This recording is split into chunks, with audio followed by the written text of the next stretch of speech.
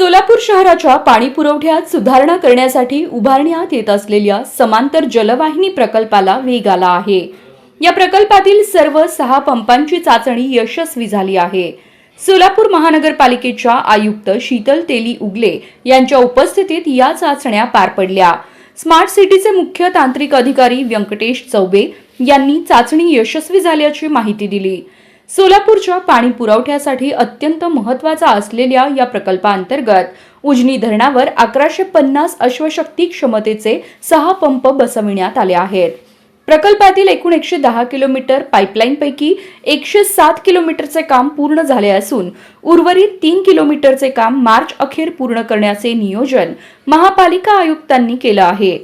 या प्रकल्पामुळे शहराला 170 MLD क्षमतेचा पाणी पुरवठा होणार आहे। महापालिका आयुक्त शीतल तेली उगले या स्वतः या प्रकल्पावर लक्ष ठेवून असून प्रत्येक शुक्रवारी समन्वय बैठक घेऊन कामाची प्रगती आणि अडथळे दूर करण्यावर भर देत आहेत। त्यांच्या या सातत्यपूर्ण प्रयत्नांमुळेच हा प्रकल्प अंतिम टप्प्यात आला आहे। या प्रकल्पातील 84 किलोमीटर पाईपलाईनची हायड्रोलिक चाचणी पूर्ण झाली असून उर्वरित काम वेगाने सुरू आहे। जिल्हा प्रशासन, महापालिका, ग्रामीण पोलीस दल आणि स्मार्ट सिटीच्या अधिकाऱ्यांनी समन्वय साधून हा प्रकल्प वेळेत पूर्ण करण्यावर भर दिला आहे।